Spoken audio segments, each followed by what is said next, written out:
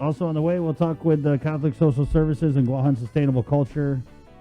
Tony Diaz, Archdiocese of Agatna. What is the way for All Souls Day this year?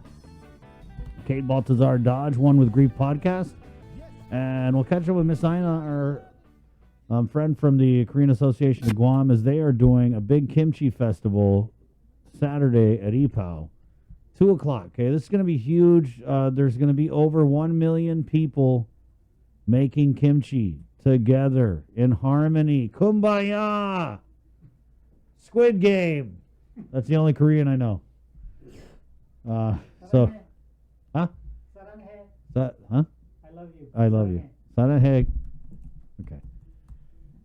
Yeah, so that's coming up here on the show. First, though, let's go into the K-Wave News Zoom room where we're standing by with Lisa and Alyssa. And Lisa's the widow of corrections officer to Glenn Martinez. Alyssa's the daughter. And we're bringing them on because Glenn is actually being featured in a candlelight vigil ceremony nationally.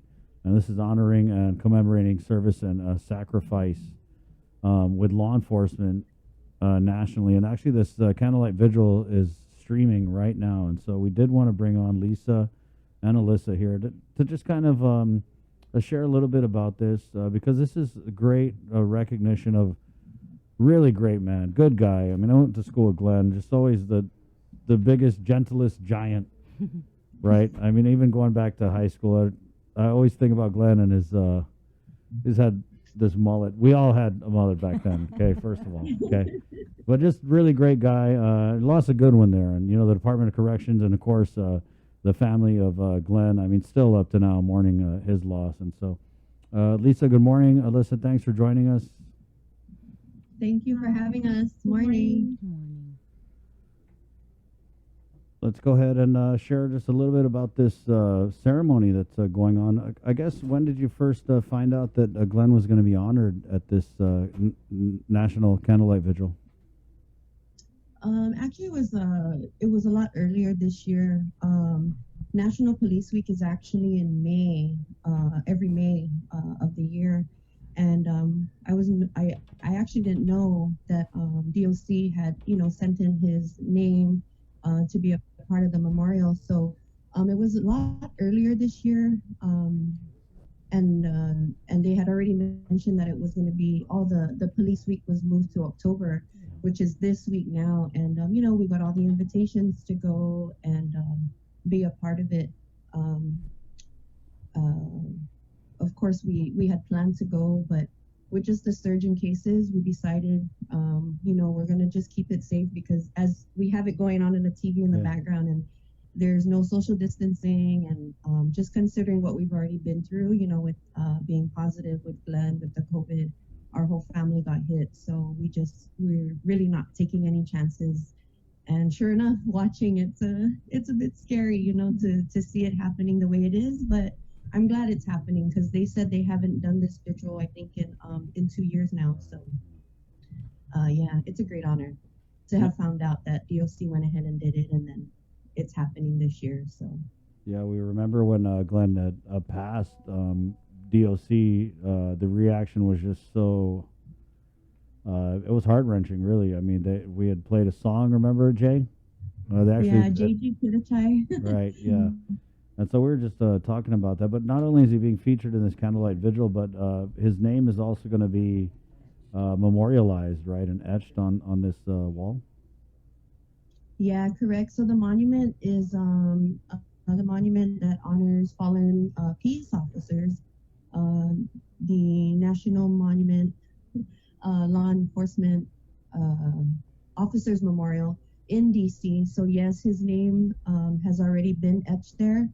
And yep, it'll be there forever to show, of course, the love for his job that kept him there throughout the pandemic and ultimately how he passed. So doing what he loved. Alyssa, what about you? What's going through your mind watching this ceremony and thinking about your dad? It's such an honor. I know my dad loved his job so much, and it makes me so proud to, know that I can always, or everyone is, gonna remember my dad and that they do. There was so many different kind of things that we received from many different police departments, Department of Corrections around the world, and for them to still honor him up to this day, it brings so much comfort to our hearts here at home. And we're actually running the stream here on a side-by-side with you guys on our Facebook live feed. Yeah, and I know Lisa and Alyssa were both telling us, we were asking the order because we would like to show, when Glenn is honored Of course, as well. And I'm seeing it right now, and they're up to the state of Illinois. Yeah, Indiana now. Yeah, Indiana. Oh, now. Yeah. So already, huh? Yeah. So yeah, because there was another ceremony done by another association or something, and they had Guam in the end as a territory. So it looks like if they're already at yeah, they might have already passed us, and we'll probably be towards the end. So, Right. But we'll definitely be watching, and we'll send you, we'll send it to you as soon as it gets on. Yeah, and we'll make sure to put the link in our Facebook stream as well. So we'll put that in comments so people can join that as well. Yeah, definitely. I've heard nothing but good things about Glenn, and here we are. He passed away in November. We're almost 1 year away from his passing. And we're still seeing a lot of cases, a lot of people passing away. Just a 4-month-old baby just recently was on the Joint Information Center report last night. And I'd just like to hear from the two of you, maybe something you'd like to say to the community about how serious this is. Yeah, thank you for that.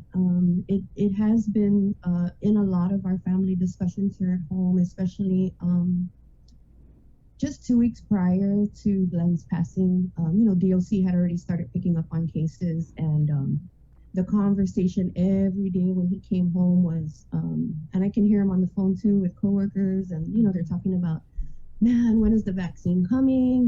When is the vaccine coming? And actually, he even said that one of his I think 3 days before they finally secured their unit because of the guys were showing up positive, one of his coworkers had told him, hang in there, buddy, vaccine's almost here, and Glenn, knowing that, he did have underlying conditions, he knew, or, he had faith, like I said, it was our conversation almost every day when he'd come home from work that he was looking forward to the vaccination. And, who's to say, but we definitely look at it here at home like it could have helped him, just seeing the way people survive from being vaccinated, and there's a lot of talk about, but even the vaccinated are passing away. True, but ultimately it helps, and definitely we don't try to ponder on it too much, like maybe it could have helped Dad, maybe it could have saved him, but we're for it. We encourage it. I guess maybe because it has hit home directly for us, it brings us to a more a different level, maybe, Yeah. So yeah, we're pleased if you're able to, and if you're there's no medical advice not getting vaccinated, we suggest it. We're all vaccinated here. Again, it's mainly because of what we've been through. It was really tough. All 3 of our girls and myself and Glenn, we all tested positive, and it was just horrible.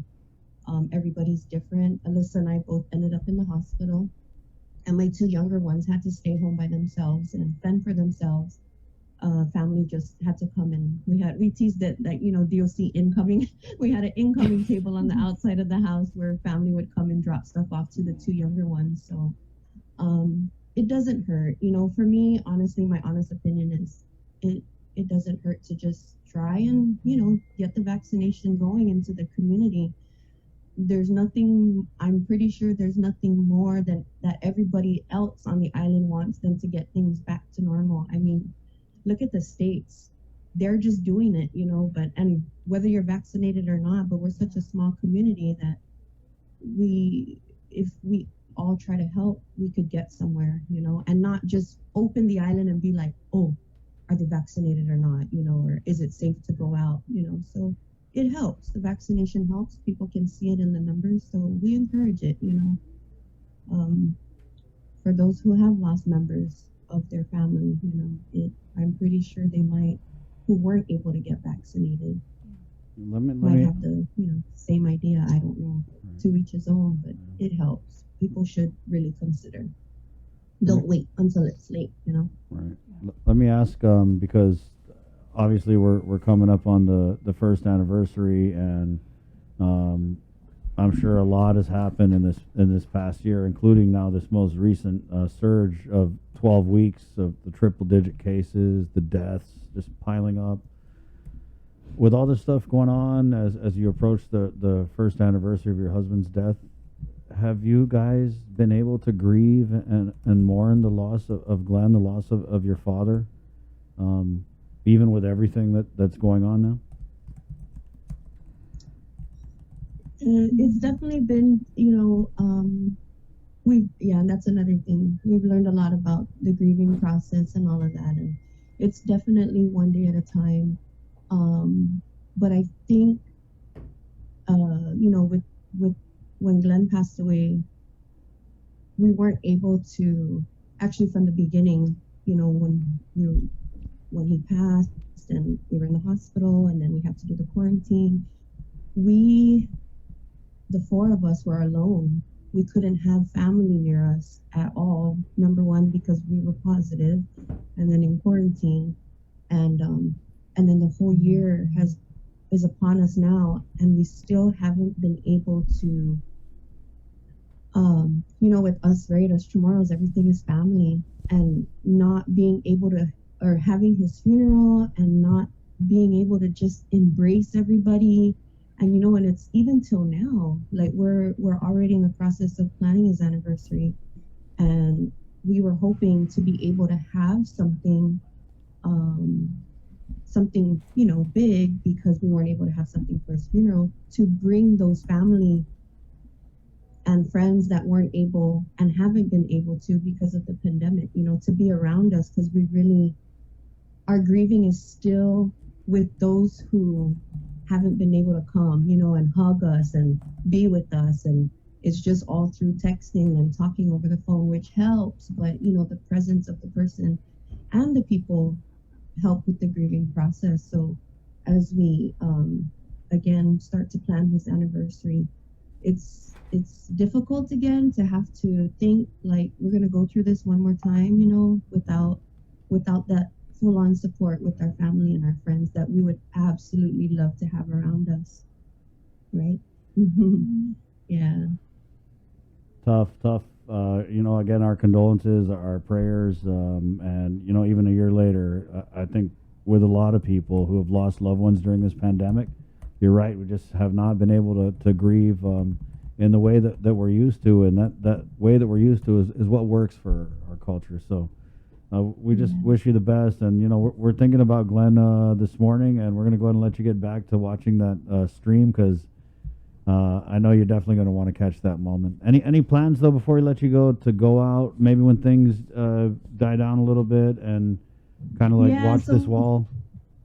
Yeah, absolutely. So my in-laws, Glenn's brother Vince, and his family, my sister-in-law Alicia, they had been able to go out 2 weeks ago. They're out there right now, and it was awesome. They video called us and all of that. And, we had planned, Glenn has his brother, Vince, who's out there now, and then Nora, his sister, and her family. So we had actually planned this huge Martinez, family trip to go visit the monument before the crowd, before this week, because, we definitely didn't want to be around the crowd. So Vince and his family went, and then Nora, Glenn's sister, and the girls and I, we're definitely planning to go sometime soon after the crowd, right.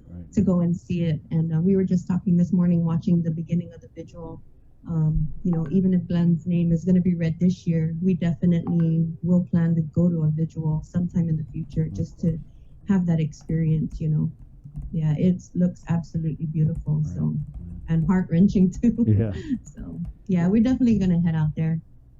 Thank you, Lisa. Thank you, Thank you. Alyssa, for coming on and sharing this story with us. It's definitely great that we continue to honor Glenn's memory. I mean, even a year after his passing, and knowing that his memory will live on forever. Yes. With this vigil and this wall. So thank you guys. God bless you, and have a good weekend. Thank you guys too. you. Be safe. Thank okay, you. right on. There you go. It's 8:58. Let's keep it in the KUAM News Zoom room, where we're going to bring on Lisa from Catholic Social Services and Michelle